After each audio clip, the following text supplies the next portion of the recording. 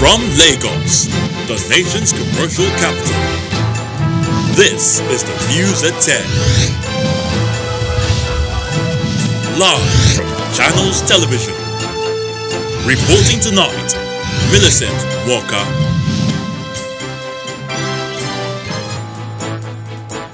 Good evening. Tonight, football legend Diego Maradona dies at the age of 60 after suffering a cardiac arrest at his home in Argentina.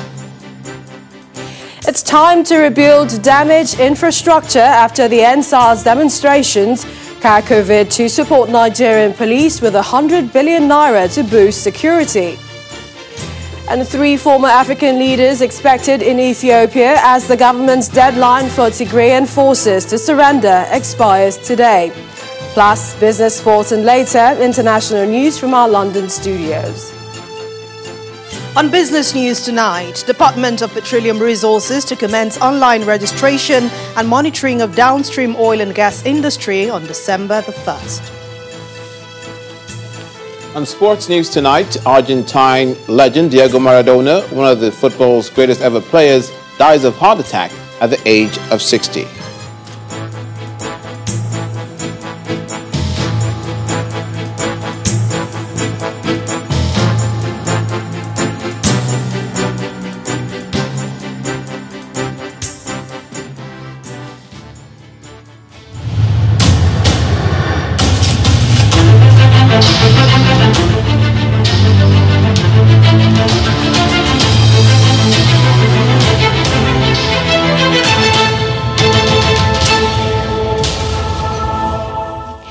For the damaged infrastructure during the NSAS protest, the private sector coalition against COVID-19, COVID, is giving support to the Nigerian government with 100 billion naira. This, it hopes, will help to re-equip the Nigerian police. Well, the governor of the Central Bank of Nigeria, Mr. Godwin Emefiele, while receiving the donation, gives account of spendings of previous donations by COVID and other well-meaning Nigerians. The amount totaling about 39.6 billion naira to support the fight against COVID-19. Our correspondent Laddie Williams reports.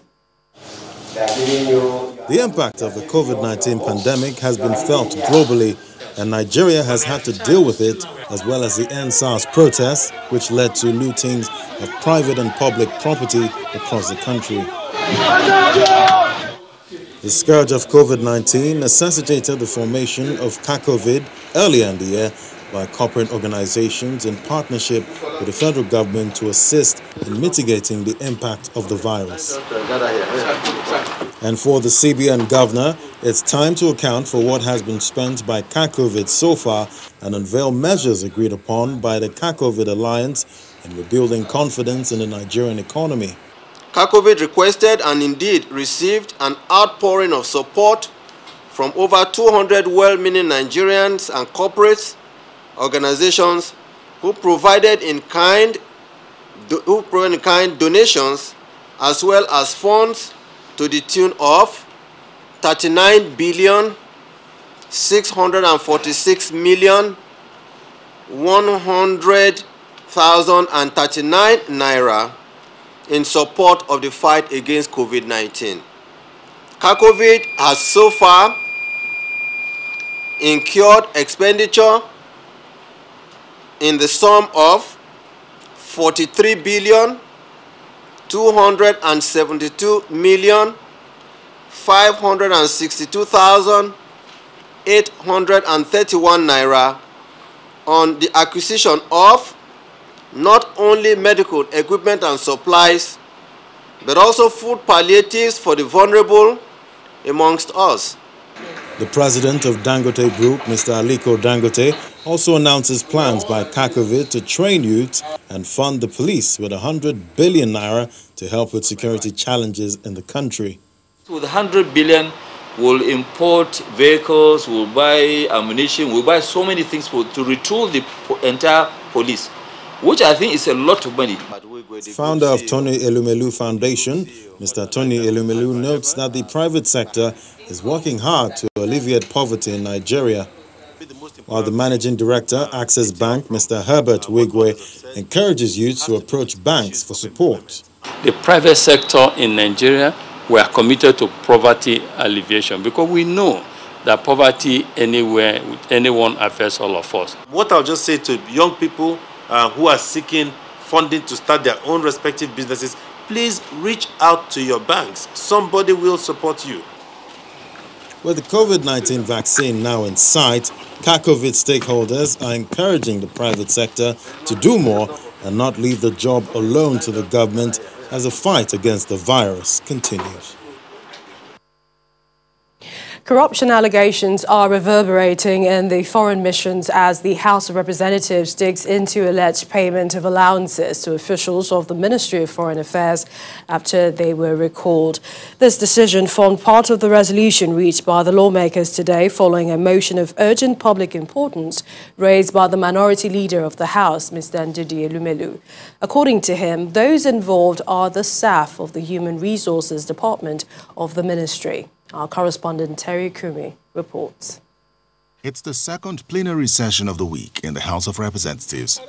The minority leader raises a motion of urgent public importance, drawing the attention of the House to alleged illegal payments by the Ministry of Foreign Affairs, running into millions of dollars. It's been alleged that these officials, 1 year after their recall to headquarters, are still receiving full entitlements such as accommodation allowance, house allowance, transport allowance, medical and utility bills, aided by staff of the Human Resources Department of the Ministry, who collect sums of money from these erring officials and internationally frustrate efforts of posted colleagues to replace those posted back to headquarters by refusing to protect the needed documentation that will enable them to resume duty at the various foreign missions. The House Committee on Foreign Affairs is then mandated to investigate the allegations and report back in 4 weeks.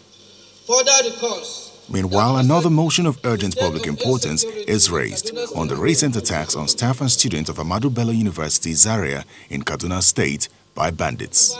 According to the mover of the motion, Garba Mohammed, the university can no longer operate in a safe environment. Mindful, therefore, that this emergency has become a national emergency that touches on every Nigerian, and that the overriding need to protect this heritage cannot be overstated. Resolve to call on the federal government to urgently and without further delay erect a secure wall around the campuses of Ahmadu Bello University, Zaria. Call on the Inspector General of Police to urgently and without further delay establish a unit of its mobile police personnel at the institution, particularly at the Phase 2 segment of Samaru campus. About 2 weeks ago, 9 students of ABU Zaria were kidnapped along the Abuja-Kaduna Expressway and a staff abducted from his home days later. The House is also asking the Chief of Army Staff to urgently establish a battalion of the Nigerian Army at the southern border of the university. Terry Ikumi, Channels Television News. Staying with the National Assembly, the Senate has resolved to invite the Minister of Communications, Dr. Isa Pantami, to discuss the implementation of the resolutions of the Senate on security challenges in the country. The upper chamber made the decision after debating a motion on the alarming rate of insecurity in Nigeria and how communication devices are used by kidnappers to demand ransom from victims' families. Our correspondent Linda Kebbi has more. The recent assassination of the chairman of APC in Nasarawa State, which is one of the high-profile assassinations, is still very fresh in our memories.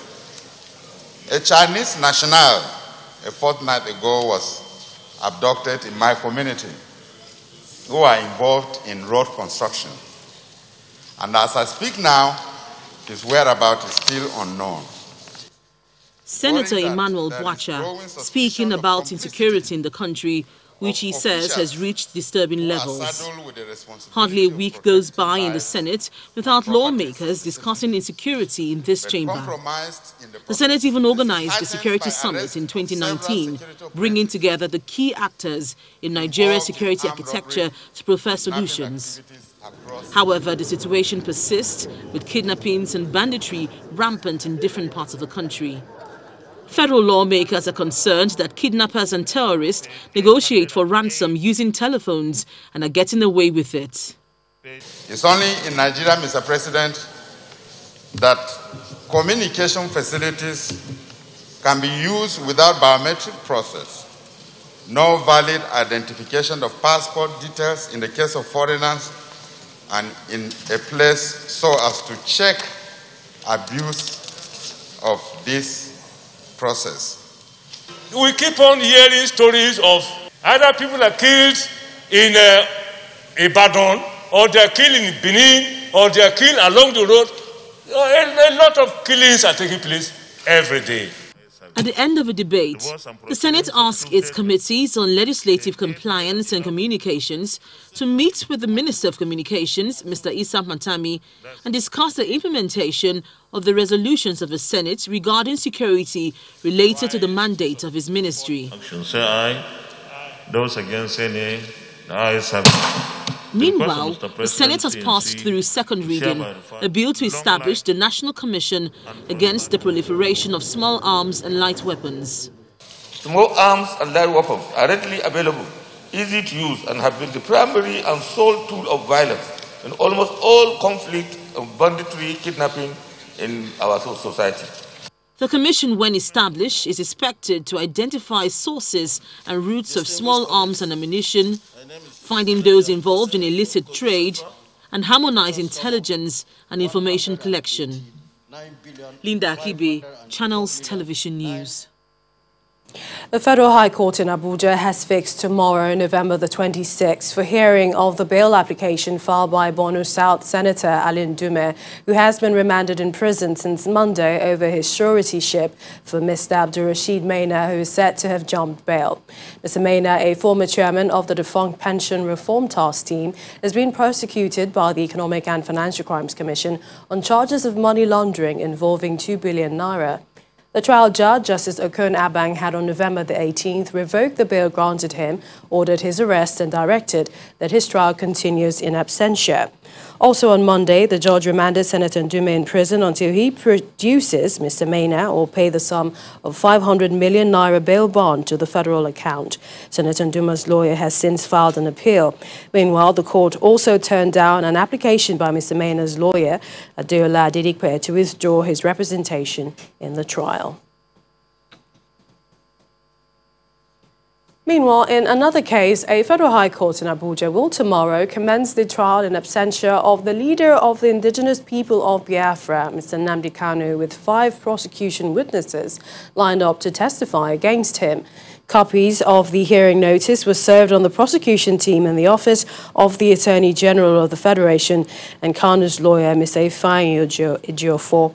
Justice Binta Nyako had since March 28, 2019, revoked the bail granted the IPOB leader, ordered his arrest and directed that his trial on charges of treasonable felony would proceed in his absence, but the court had not had any sitting on the case since then. The judge, acting on an application by the lead prosecuting counsel, Mr. Magaji Labaran, anchored her orders for Kanu's arrest and trial in absentia on the defendant's failure to appear in court since April 25, 2017, without any reasonable explanation.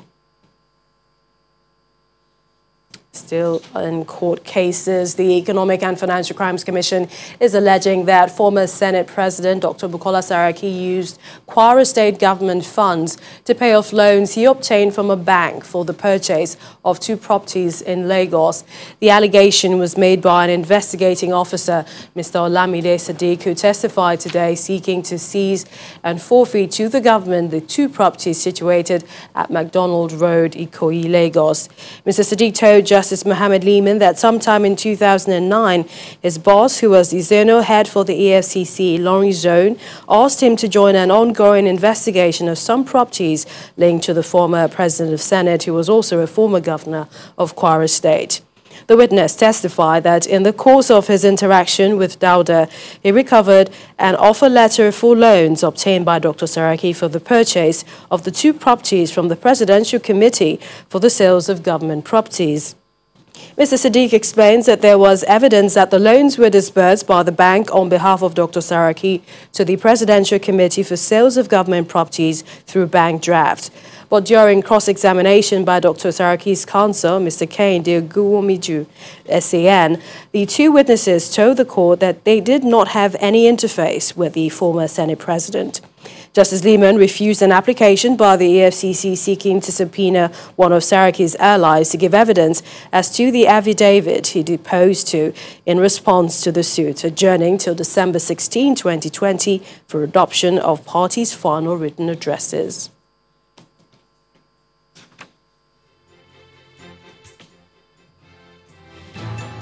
In part two, after the break, as UK Parliament calls for sanctions against Nigeria over the handling of the NSAS protest, federal government says the lawmakers did not speak for the UK government. To join us again.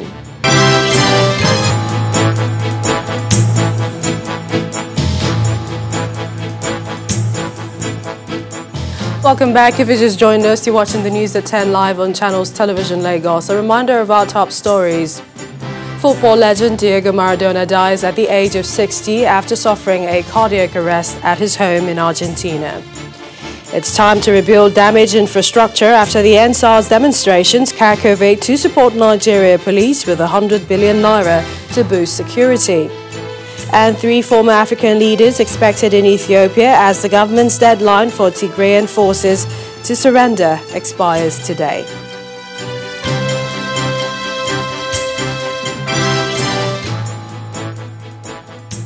Now, an immediate investigation into human rights abuses by the Nigerian government and security agencies should be launched by the British government to look into the Lekki shooting, which occurred October 20.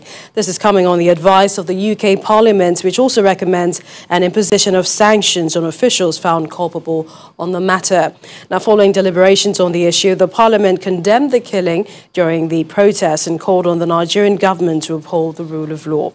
The UK government established the global human rights sanctions regime in July, which gives the UK a powerful tool to hold to account perpetrators of human rights violations or abuses, and is considered one of the most important international policies made since the Conservatives returned to power. Well, the Federal Executive Council reconvened today at the Presidential Villa in Abuja, and one of the issues that caught their attention was the comments of the members of the British Parliament in their condemnation of the handling of the NSAS situation. Now, in response to that, the Nigerian government dismissed the MP's position, insisting that it is not in their place to speak for the country. According to the Minister of Foreign Affairs, Mr. Geoffrey Onyema, deliberations on all matters are allowed in the Parliament, but that is not to be taken to be the official position. The minister was fielding questions earlier today after the 25th virtual Federal Executive Council meeting, which held at the State House. Our correspondent Kayla Migwa reports.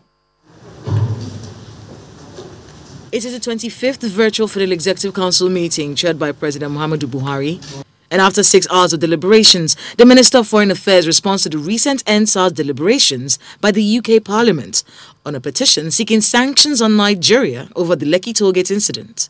The UK government has been briefed. There was UK parliamentarians meeting, and the UK government, which acts for the United Kingdom, has also, heard the side of the government regarding everything that happened. So we are in touch with them and engaging with them. But of course, as in any democracy, the members of parliament, are able to also air their views. Nigeria's economy is technically in a recession, but the third quarter report shows a minus 3.62% contraction, 40% better than the second quarter's minus 6.1% contraction. The Minister of Finance, Mrs. Zainab Ahmed, attributes this to the implementation of the Economic Sustainability Plan and believes this recession will be short-lived. She gives updates on the request to open the nation's borders. Mr. President has set up a committee that I chair alongside with the Minister of Foreign Affairs and other ministers, including Interior, Customs, Immigration, the security services, to review and advise him on the issue of border closure. The committee has just completed its work, and we will be submitting our reports. I have signed my copy I hope I get everybody to sign also between today and tomorrow so that we submit a report to Mr. President. The Minister of Works presents a memo on behalf of the Federal Road Maintenance Agency for the construction of the Gashamu-Hamshi-Gogoram Road in Yobe for 14.5 billion naira. The Uneme to Samu Odoga to Okpekwe Road in Edo State for 991.8 million naira, and the Mamabu Donga Road in Taraba State for 6.3 billion naira. 17.75 billion naira is also approved for 10 ecological contracts across the country. And flood menace. The issue of targeted destruction of properties owned by Southeasterners whenever there's a crisis comes up at the briefing. According to the Minister of Foreign Affairs, who engaged with stakeholders in his home state of Enugu on the instruction of the President, security must be improved across the country, while the governors must ensure non-indigent interests are safe in their respective states. From the State House in Abuja, Kayla Megwa, Channels Television News. Youth empowerment has taken the front page of the priority list of the Benue State government. At the Youth Summit today in Makadi, the governor, Mr. Samuel Otom, promises to create more job opportunities for young people in the state, as youth in their hundreds represented 23 local councils of the state. The Director of Protocol Government House. The main bowl of the Upper Aku Stadium in Makadi come alive with youths drawn from the 23 councils of Benue State as delegates to the first ever Benue Youth Summit. To bring to the table a workable framework for the development of the... One of the delegates is Dr. Joy Egbiri, a medical doctor who was active in the NSARS campaign and an advocate for access to safe living condition, employment and social justice. I, for one, in the Benue or before, won't be given an opportunity to head the committee, but due to the agitation and the agitation for youth to be at the forefront, I was also granted the opportunity to actually be at the forefront and to also head the committee to ensure that Benue youth are not just seen, they are not just heard, but they are also actively involved in the politics and the governance of the people. The clamour for political and economic space for young people also tops the list of their demands. Let it be on record that the youths of Benue State conducted their protests with commendable maturity and decorum. And today, instead of hunting for warehouses, we have decided to become economic powerhouses for the advancement of our state. Instead of targeting our leaders and other stakeholders, we have come here to dialogue with all stakeholders to bring to the table a workable framework for the development of the state. Responding to the positions advanced by the participants, Governor Samuel Otom promises to accommodate their views and reflect key decisions in his administration going forward. As I said, our policy goal and commitments are to ensure that every young man and woman in Benue State is empowered to actualize their potential sooner rather than later.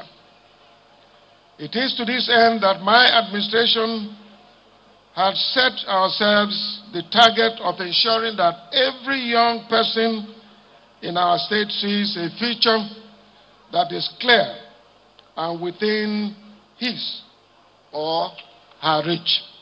The Youth Summit is a three-day event focusing on economic and political empowerment and how young people can tap into the abundant agro-allied business opportunities in the food basket state. And to Bayelsa State, where police authorities in Yenagoa, the state capital, say the patrol team allegedly responsible for an attack on some women in Yenagoa yesterday, November 24, have been identified and taken into custody. The incident occurred at the popular Tombia Etegwe roundabout when the patrol team was struck in a gridlock, and in a bid to clear the traffic jam, one of the police officers accidentally fired a shot, injuring 3 women in the process. The victims are currently receiving treatment in a hospital in Yenagoa. Meanwhile, the Commissioner of Police, Mr. Mike Okoli, has condemned the shooting and called for calm during a visit to the injured persons, vowing that the case will be thoroughly investigated and the culprits brought to book. When the news at 10 returns, Department of Petroleum Resources to commence online registration and monitoring of downstream oil and gas industry on December 1. That's on Business News. Please join us again.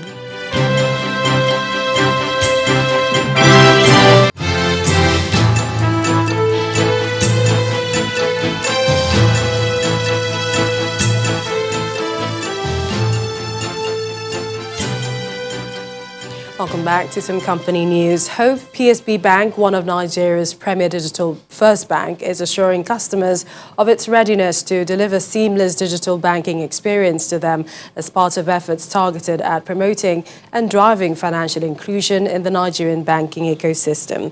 At the formal unveiling of its brand identity, the managing director, Hope PSB Bank, says the digital bank is set to use technology to transform financial transactions. With the belief that everyone, irrespective of education, social or economic status, should have access to financial and payment services with ease and convenience, Hope PS Bank is born. Say a very big thank you to everyone. Dignitaries from across the country gather to witness the event. We are a fully digital bank with national presence. We have our head office here at Commerce House, number 1 in Owutela. We are in the 6 geopolitical zones of the country. We have regional offices in Abuja, representing North Central. Some of those present are optimistic that this digital bank will be a game changer, not only in reducing operational cost, but also bringing about transformation in the banking system. Digitizing means operational excellence. It means enhancing your traditional product and customer services. This is a brand new product.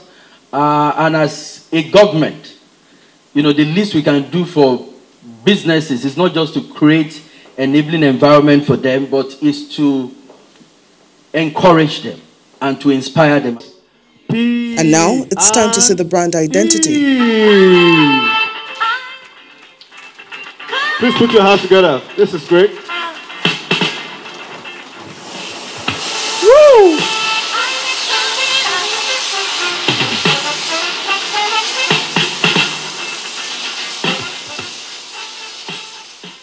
I told you that as we're walking out of the hole, some people came to me to tell me that they actually dialed an open wallet account. So it's as easy as that, and you could see the kind of account that you will open without any form of documentation. The list, which is even a passport photograph, is not even required. So it's something that you can, once you have a phone, then you can access our services. We don't have checkbooks. We are not issuing payment cards. Your phone number is your account number. Your phone number is your payment instrument. Hope Payment Service Bank Limited is described as Nigeria's premier digital first bank. Incorporated in September 2019, Hope PS Bank leverages digital technologies to deliver inclusive financial services. Walter Smith Refining and Petrochemical Company Limited has unveiled its 5,000 barrels per day modular refinery in Ohaji-Egbema local government area of Imo State. The refinery, which has started operation and delivered petroleum products to the domestic market, is the first of its kind in Nigeria. President Muhammadu Buhari, who inaugurated the facility, says the feat is a step amongst many that will make Nigeria a net exporter of petroleum products.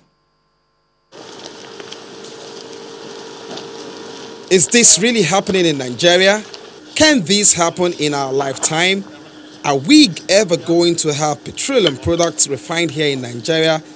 These are some questions that constantly bug the mind. Well, answers are beginning to emerge from the soil of this country. Let me introduce you to the latest brand new refinery in Nigeria. Yes, refinery. A Nigerian company owned by Nigerians, operated by Nigerians, and that's Walter Smith Refining and Petrochemical Company Limited has brought guests, industry captains, bankers, traditional rulers, regulators, and even the president who joins virtually to celebrate this milestone.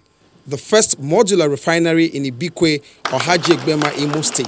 The combined products expected at full capacity will include premium motor spirit, PMS, and LPG, and jet fuel, in addition to the existing products mentioned above, contributing about 2.7 billion liters of products per annum. This represents 10% of total refined products consumption in Nigeria and significant foreign exchange savings for the nation, as well as job creation for thousands of our people. We have taken 200 candidates and we are shortlisting 80 of them for the first phase, not to train them as welders or artisans, but to train them as engineers operations, maintenance, and refinery engineers. Walter Smith obtained license to establish in June 2015. Authority to construct in March 2017, signed an EPC contract in June 2018, commenced construction of the modular refinery in October 2018, and is being delivered in less than 24 months. The president sure feels fulfilled about this achievement in his time that he had to make this pronouncement. I'm directing the Ministry of Petroleum Resources, Department of Petroleum Resources, the Nigerian National Petroleum Corporation, as well as all relevant government agencies to provide Walter Smith Refining and Petrochemical Company all the necessary support with regards to access to crude oil and condensate feedstock for the timely delivery of the additional capacity. It's the unveiling of the first modular refinery, but also the groundbreaking for an expansion from 5,000 barrels a day capacity to accommodate additional 45,000 barrels daily production. You don't have to do pipelines to exporting your crude oil. This form of development is to be able to create a hub and then build a refinery, create the facilities here, create businesses within the facility.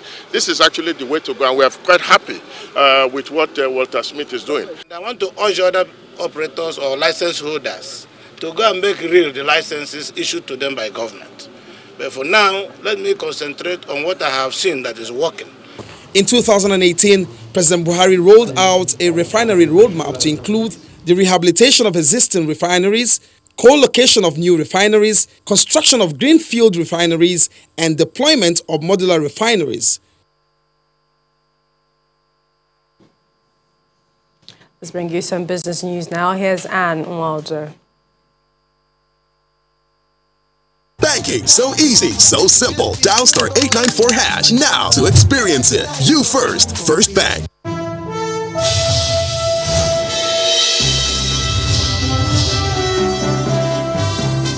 Thank you, Millicent. Welcome to Business News. The Department of Petroleum Resources says it plans to start online monitoring, registration, accreditation of all petroleum products depots and the entire downstream oil and gas industry in Nigeria. In a statement released today, the DPR explains that the automation will be carried out with the launch of the newly established downstream remote monitoring system, which is expected to become operational by December the 1st this year. The DPR also mentioned that the web-based solution is designed to provide intelligent regulatory and inventory management system for petroleum product supply and distribution from depots to retail outlets across the country. The governor of Kebbi State, Atiku Bagudu, has presented a total amount of 141.6 billion naira as his budget proposal for the 2021 fiscal year to the State House of Assembly. Governor Bagudu says the budget, tagged Budget of Economic Rejuvenation, is expected and designed to invigorate the state's economy through massive investments in agriculture, infrastructure, youth empowerment, social inclusion, and development of SMEs. The 2021 fiscal spending plan has 65% allocation for capital expenditure and 35% for recurrent expenditure.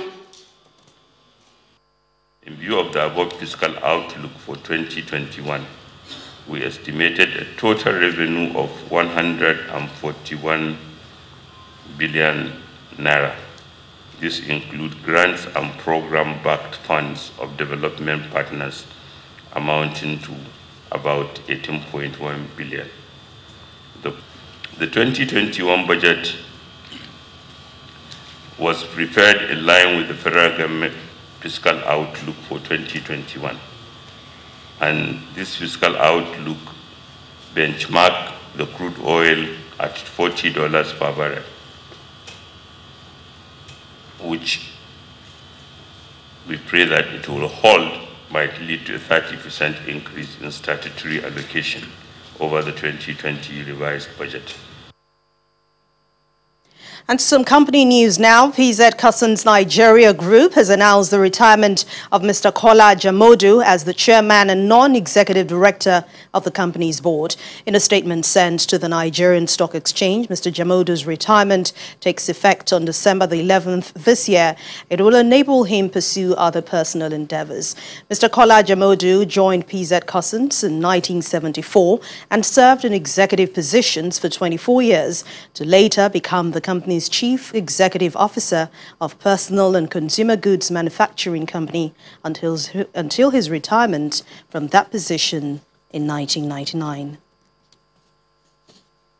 Let's head to the stock market, which has closed midweek trading session higher. Increased bargain hunting by investors pushed the month as well as the year-to-date gains to 13.9% and 29.5% each. Ekaite Afia has the details for us.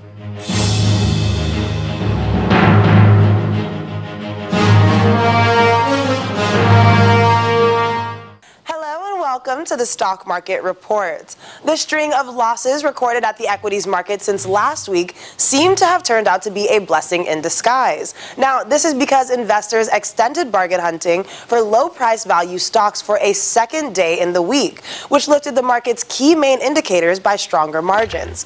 At the close of the midweek trading session, the bull showed more supremacy against the bear by expanding its dominance with a 1.25% increase on the all-share index, while the equity cap surged by 223 billion naira back into the 16 trillion naira level. Now, traders say this stronger rebound was expected because investors still consider the equities market as a more viable investment option for quick and better return within a short period. Now, let's take a look at the activity chart. The volume of shares traded today was higher by more than 10% against the previous session at 434.92 million units worth nearly 7 billion naira. It appears that the good times are here again for the investors, especially with Yuletide celebrations fast approaching. For now, optimism remains that the bull run will continue into the end of November. Well, that's all for the Stock Market Report. I'm Ekaite Afia.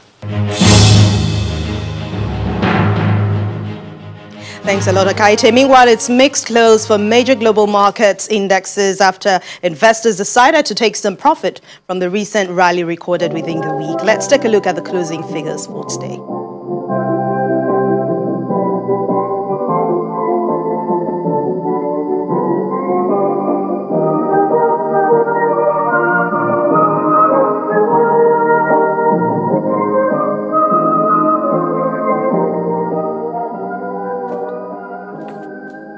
And that's Business News Tonight. Thank you for watching. I'm Anne Nwawadu. It's back to you, Millicent. Banking so easy, so simple. Dial *894# now to experience it. You first, First Bank. Thank you, Anne. Still ahead on the news at 10, 3 former African leaders expected in Ethiopia as the government's deadline for Tigrayan forces to surrender expires. And more from our London studio in Around the World in 5+. One of football's greatest, Argentine legend Diego Maradona dies at the age of 60. That's in sports news. Please stay with us.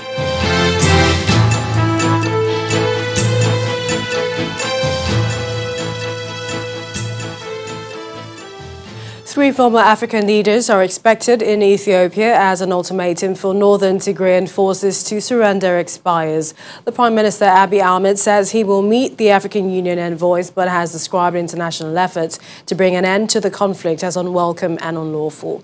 Let's head over to our London studio now where Simon Pusey has more on this and other international news and Around the World in 5. Good evening and welcome to the Channel Studios here in London with your international news around the world in 5. Ethiopia has urged the international community to refrain from what they call unwelcome and unlawful acts of interference in its affairs following calls to end the conflict in the northern Tigray region. Prime Minister Abiy Ahmed has called the military offensive a law enforcement operation. Hundreds of people have reportedly been killed and thousands have been forced from their homes.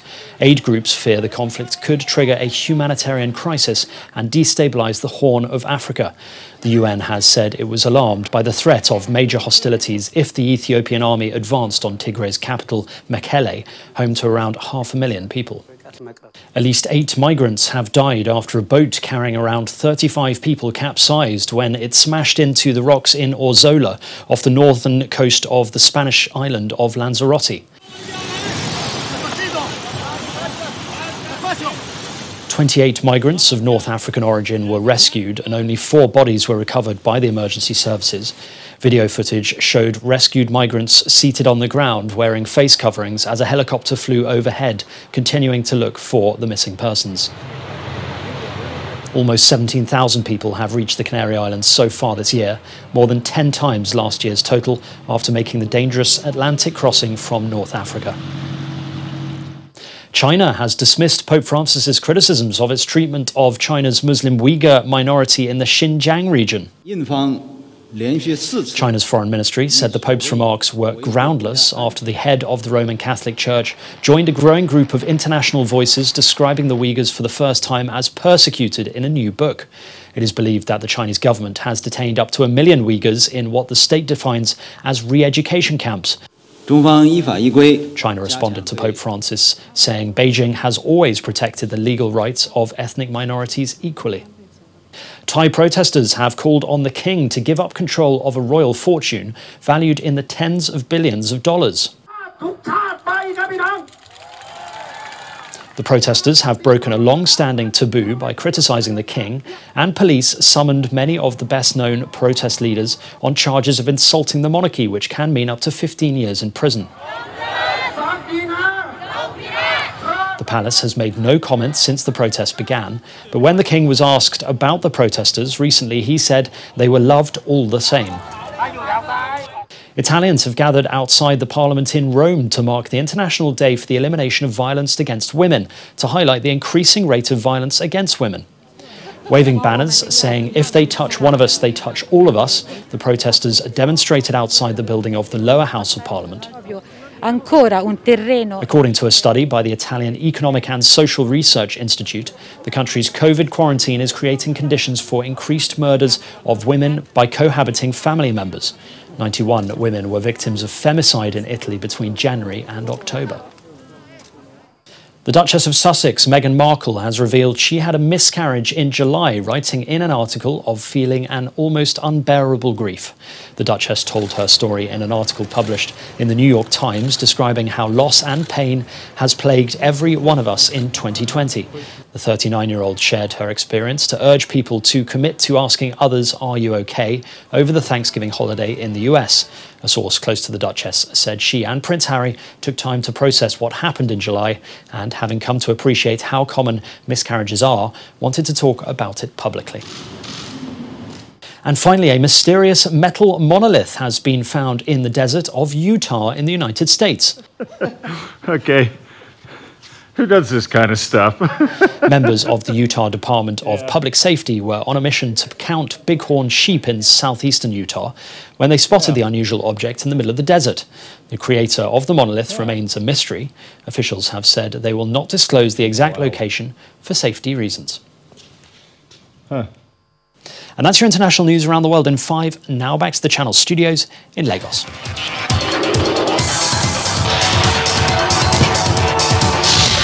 Thank you, Simon. Hello and welcome to Sports News. Argentine President Alberto Fernandez has declared 3 days of national mourning following the news of the death of football great Diego Maradona. The 60-year-old died after suffering a heart attack at his Buenos Aires home. Diego Maradona on the pitch, displaying his amazing skills and talents. Widely regarded as one of the greatest footballers of all time, an inspiration for Argentina's FIFA World Cup success in Mexico in 1986.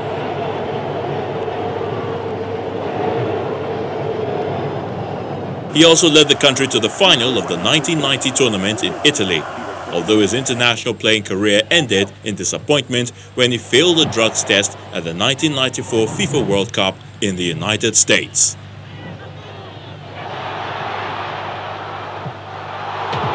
Maradona was also banned from football in 1991 after testing positive for cocaine while playing for Italian club side Napoli. However, he remained a revered figure at the Italian club, where he won 2 Serie A titles. He also played for FC Barcelona, Sevilla, Boca Juniors and Newell's Old Boys. The Super Eagles of Nigeria in 1994 and the Indomitable Lions of Cameroon in 1990 are the only African team that had playing experience with the late Argentinian legend. After his active playing days, Maradona battled health challenges till his demise.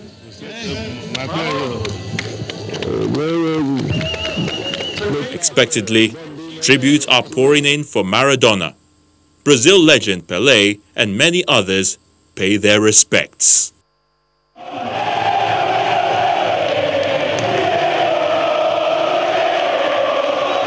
The football world is indeed coming to terms with the passing of the one called Dios in Argentina, Diego Maradona.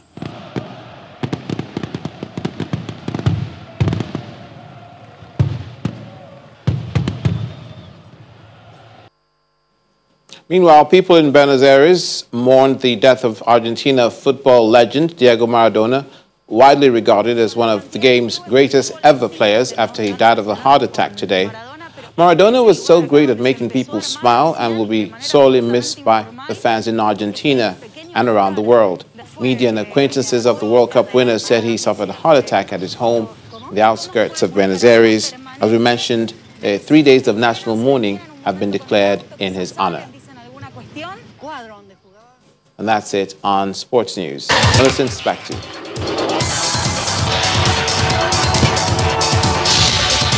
And the main news again. The private sector-led coalition against COVID-19, CACOVID, today pledged to support the Nigerian police with 100 billion naira to boost security after the NSAR's demonstrations, as it gave account of donations received and expenditure made towards the fight against COVID-19. Also today, football lovers across the world were thrown into mourning as legend Diego Maradona died at the age of 60 after suffering a cardiac arrest at his home in Tigray, Argentina. That's news at 10 tonight. Thank you for watching. I'm Millicent from Walkham. Have a good night.